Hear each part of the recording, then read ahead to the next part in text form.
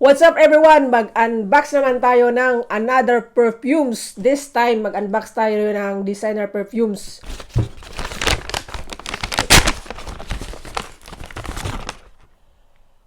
Versace Eau Fresh Extreme. Ano pa pag tamang pronunciation dyan? At saka YSL EDP. So, Yves Saint Laurent, I don't know how to pronounce it properly, so YSL na lang, EDP, Eau de Parfum. At saka meron ding tester, Lacoste, at saka Halloween Man. So I'm not fan of Lacoste, pero i-try pa rin natin yung tester niya. Ano pala to guys, pagkabili ko to, usually bumibili ako ng mga pabango.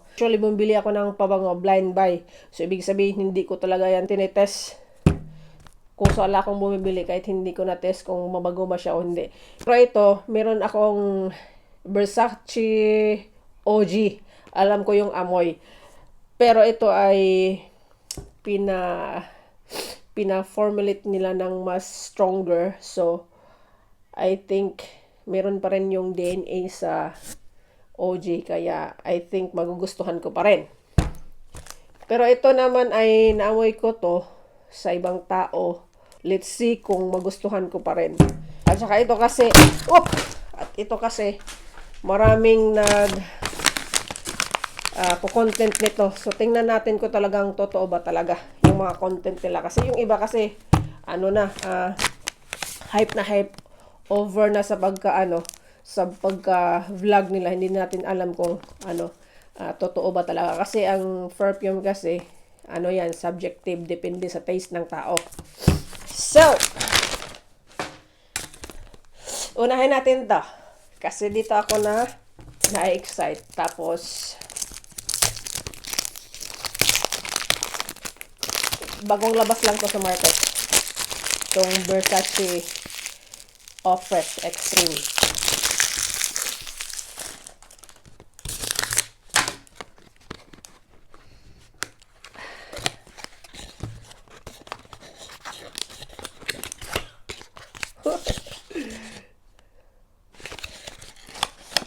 Since blind buy naman kasi to guys, pinili kong bumili ng 50 ml lang, baka hindi ko kasi magustuhan. At saka nadadala na rin ako last time yung bumili ako ng Chanel, hindi ko nagustuhan. Binili ko ang 100 ml. Kaya nasasayang lang. Kaya this time, pag mag-blind buy ako, 50 ml lang or 40 ml lang bibilhin ko. So ganito siya. So for medyo may pakaklase din yung niya. Gusto ko yung bottle niya. May pakaklase. Ay, tingnan natin. Tingnan natin yung sprayer.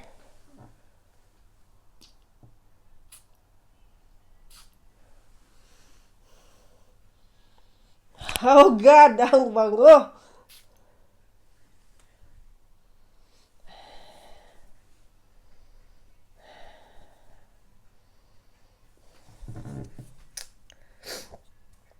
Siya? Medyo, kung i-review ko siya compare sa OG nito, medyo, yung OG nito, pinaka-fresh, as in fresh, bongga yung opening, talagang fresh na fresh ka, so, hindi ito matagal. Ito naman, pina-improve nila, pina-smoother, fresh lang siya konti, pero pina-smoother and heavier.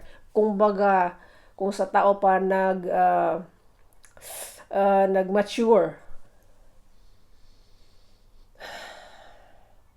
Yun ang amoy niya. Pero kung sa opening lang pag-usapan, mas fresh at kabog yung OG nito. Ito kasi lang siya, mild, fresh, smooth, at may pagka-mature na konti compare sa OG ang amoy niya. Pero fresh pa rin talaga siya.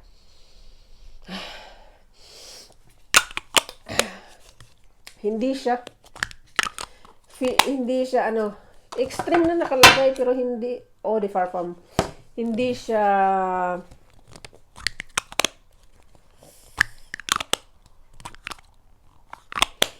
ano, ma-project.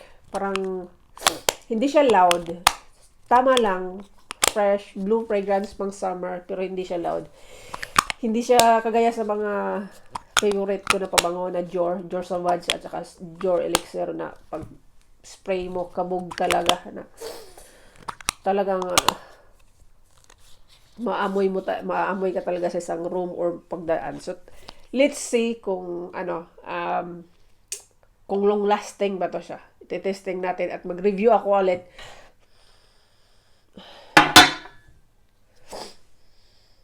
I can see mas gusto ko pa rin yung OG. Kaso ang OG dito ay madali lang ang longevity madali lang, mga 2 hours wala na, reapply ulit. I'm expecting kasi na mas siya, super kabog siya, pero hindi, mas kabog yung OG. Next is YSLY Eau de Parfum. Tingnan natin kung maganda ba to. Kasi sabi nila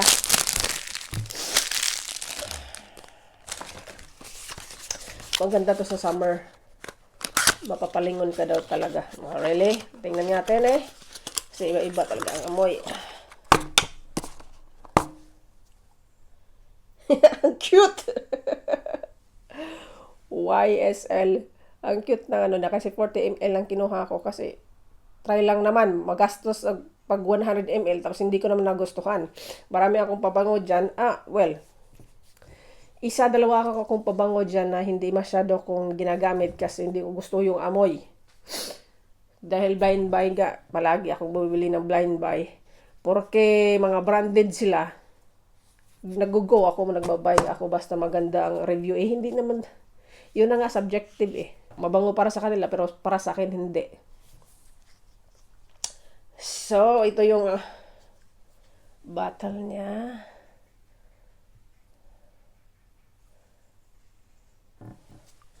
Try natin. Spray natin.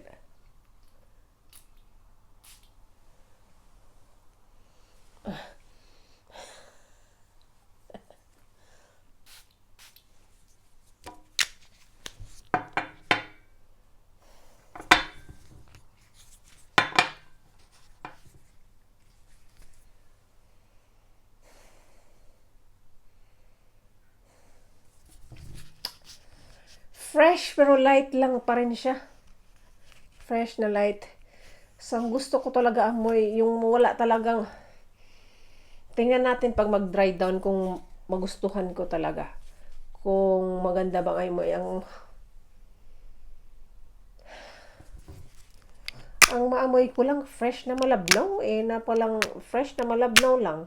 I can't describe. Fresh lang siya na malabnaw na tubig.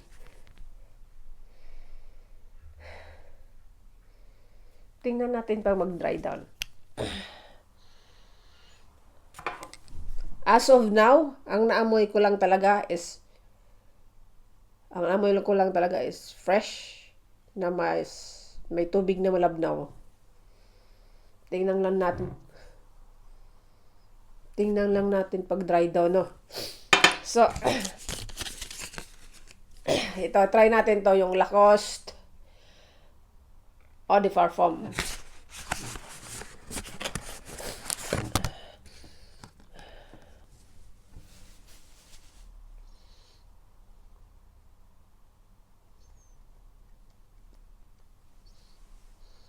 Uy, mas naamoy ko pa nga itong Lacoste kaysa dito yung dalawa eh.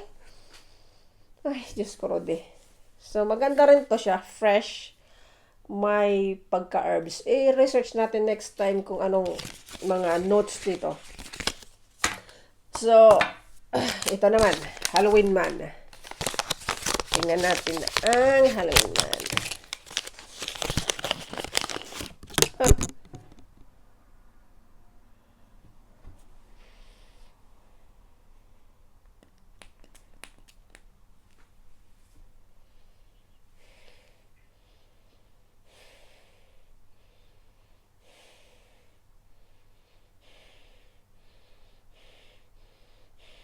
Wala ka ako masyadong naamoy. Ano, nasira na siguro yung amoy ko.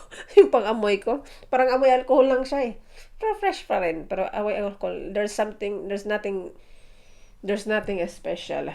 Oh guys, abangan nyo lang ang full review ng Versace Off-Fresh Extreme at saka YSLY Eau de Parfum para mag full review tayo. Para isa-isa natin ang mga notes, yung top notes, yung middle notes, at saka yung dry down.